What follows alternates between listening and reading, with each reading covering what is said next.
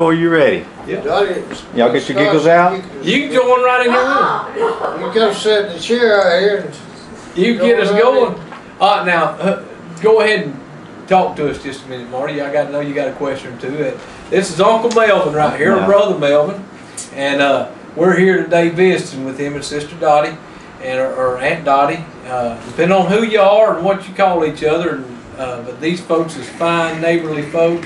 We up here in Washington County, up here in the Sand Hills, and just come to visit. And we're just gonna call this "Chewing the Fat" with Uncle Melvin.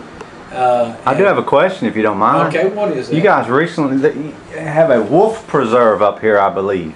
Where in the world is that, Brother Melvin? The Wolf Preserve, it's located across 77 over here, what they call Holmes Valley. Home? Holmes Valley Wolf Preserve. We got a number of things. We got Cancun up in Chipley, and over in Warsaw we have what they call potty possum. Well, now, have you ever tried any of them wolf preserves? No, I haven't been fortunate to try any of those. I was hoping they'd start selling them at Walmart, because we do most of our shopping at Walmart. Yeah. We can't afford to go off on these dirt roads because we're afraid we'll get lost at our age and everything. So when they start stocking them at Walmart, I want to try. You think they got a bunch of hair on them?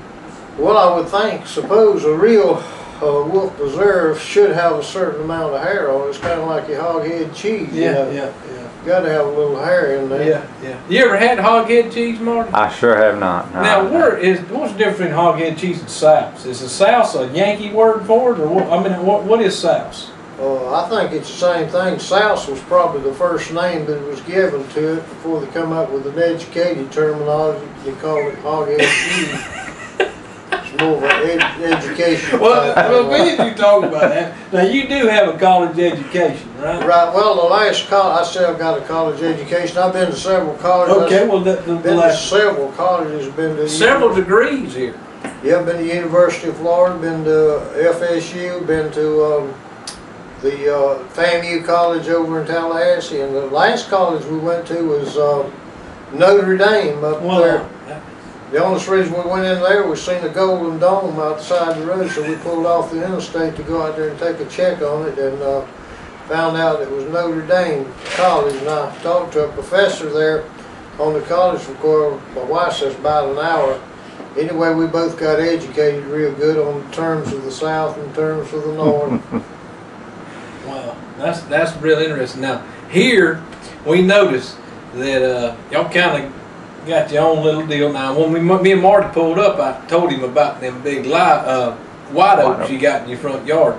Now, share a little bit of. I didn't notice any acorns on it. Now, is this year going to be? It looks like a bad year for an acorn crop to me. But do you have any acorns on anything? Or? Yes, sir. There's a few scattered acorns out there. As a matter of fact, over on the table there, I have one of those acorns that came off of one of those trees. And that's a white oak acorn, right? Yes, sir, white oak acorn. They say that's the best acorn for your deer crop. Now look at that, boy. That thing looks good. I just about want to gnaw into it now. You could probably boil them and eat soup, drink soup. I'll see if they can smell it. Boy, that thing looks good, don't it?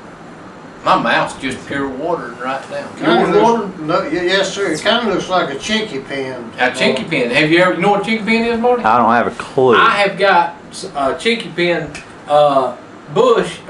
Do they get big? Is it just a bush? Because the one I found, well, this one here ain't real big, but it looked like part of it was dead on the sides. Like it died off. But it comes out, looks a lot like one of those.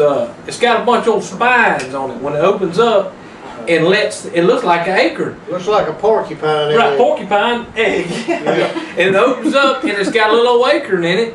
And you talking about good. Now that acorn, I guarantee, is bitter, but that chinky pin is fine eating.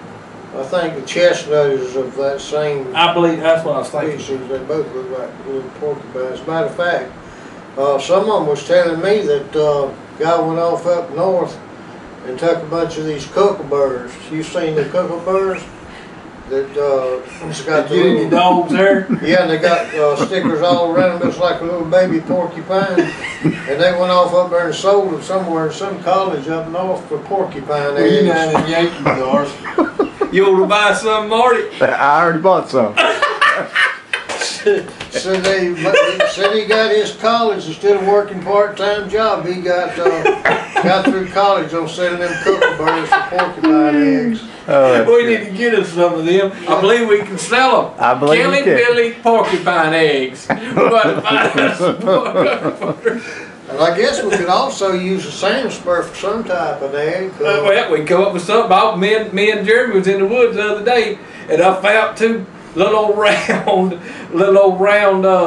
looked like some kind of old mushroom, but it looked like Jeremy said, "Is that a snake egg?" I said, "No," and I could see where an old stem was there. So I got my Droid camera, you know, which is way too much technology for a redneck like me, and I took a picture of it and put it on Facebook, posted on there that it was a Escanabre wild timber mamba, and made up all this stuff about it. And you won't believe the people that got commenting about, you know, what in the world is that? You know, I said, you won't find them as far east as what we have. Had to throw that little Spanish word. I don't even know what Escanabre means, but it sounded good. So we could come up with all kind of stuff like that. But man, that would be very good. I'm glad to know that Kelleybillies are good for something. Did that little egg thing have powder in it? Now, it didn't have actual powder as far as I know, but we didn't ever stomp it. It wasn't like that devil smut. Devil snuff box? Yeah. Well, I remember back when I was a boy, we'd stomp that stuff around. It probably was poisonous, but because we didn't know it wasn't poison to us. You know.